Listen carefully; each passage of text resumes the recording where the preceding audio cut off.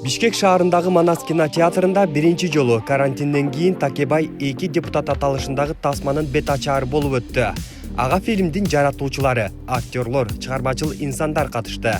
Келген коноктор менен алгач тасманын үстүндө эмгектенген жаамат менен тааныштыруу болуп, андан кийин кино көрсөтүлдү.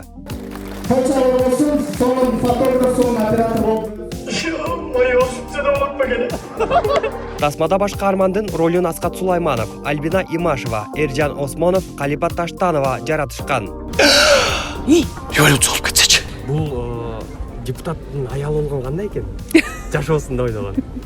Депутаттын аялы болгон өтө кыйын экен. Кыйын ишкен. Эмнеси менен кыйын болду ошого? Ошого бир совпадать этиш керек, ошол нерсесин алып жүрө билиш керек. Өзүң эле эмес ал азыр өзүң эле эмес күйөөңдүн кадыр баркын түшүрбөгөндөй кылып алып жүрүшүң керек да. Рахмат. Рахмат. Мага жөнөкөй эле карапайым Такебай эле жакын жан дүйнөмө. Мен депутат боло албайм, чынын айтканда. Депутат эмес, бир жердин директору да боло албайм мен. Анткени менде андай жок. Бирөөнү башкарып, кыйкырып, өкүрүп анан калганын айтпай эле коеюнчу, да көп сүйлөп кеткен тамды кой. Андайым жок кыскасы. Такебай 2 тасмасынын режиссеру Бакыт Осмонкановдун айтымында, фильм карантин учурунда тартылып, октябрь айында элге көрсөтүү пландалган. Бирок кинотеатрга киргизилген карантиндик чектөөлөрдөн улам убакыт созулуп кеткен. Эң кызыгы тасма октябрда өткөн парламенттик шайлоонун алдында көрсөтүлмөк. Эгер төңкөрүш болбой, кайрадан парламенттик шайлоо белгиленбегенде, анда тасма өз актуалдуулугун жоготмок. Шайлоо кайтадан болбой калганда, бул фильм эскирип кетет беле? Албетте, конечно. Ошон үчүн биз октябрга пландаштырганбыз да кинонучу. Бирок биз билбеген жокпуз ушундай төңкөрүш болуп кетеринчи. Биз жайында тартканбыз да. Анан өзүңөр көргөндөй эле кинодо көп нерселер мындай чыгып кетти да, мындай биз өзүбүз да шок болуп калдык. Ошондуктан биз үчүн бул дагы отдельный бир сюрприз болуп калды да. Эң негизги кинотеатрлар ачылды. Ошол эле мага керек да. Анткени дегенде киноиндустрия мындай чөгүп кетиши мүмкүн болчу да. Азыр ошо Такебай 2-ни чыгарып алдык. Эми ушул саясаттан, пандемиядан алаксып кичине көңүлдү көтөрүп отурса болот да.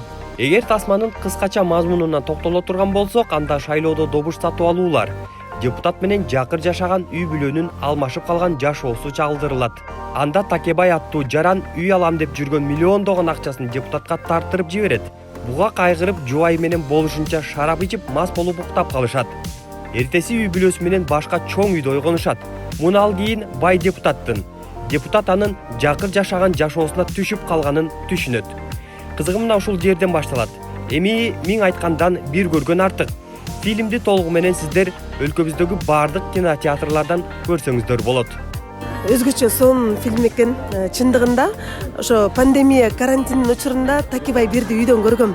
Интернет аркылуу көрүп, аябай үй бүлөлүк кино экен деп сонун 3 жолу катары менен көргөм. Чындыгын айтсам, аябай күлүп, анан да уландысын эмнегедир сезгем да, дагы болчудай болупчу. Анан мында дагы аябай сүйүндүк. Чындыгында өтө сонун кино экен. Досторубуз менен баардыгыбыз ошо Альбина Имашева менен биз үй бүлөлүк катышта достордонбуз.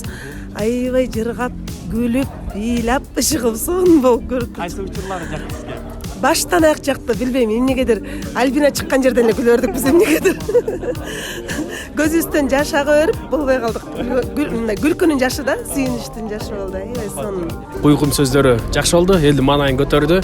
Анан эң жаккан жери албетте бул тарбиялык мааниси да. Байлыгыңды эле, бийлигиңди эле курсунчу деген. Абдан жакты. Мен негизи Бакыт Осмонкановдун көрөрманымын десем болот.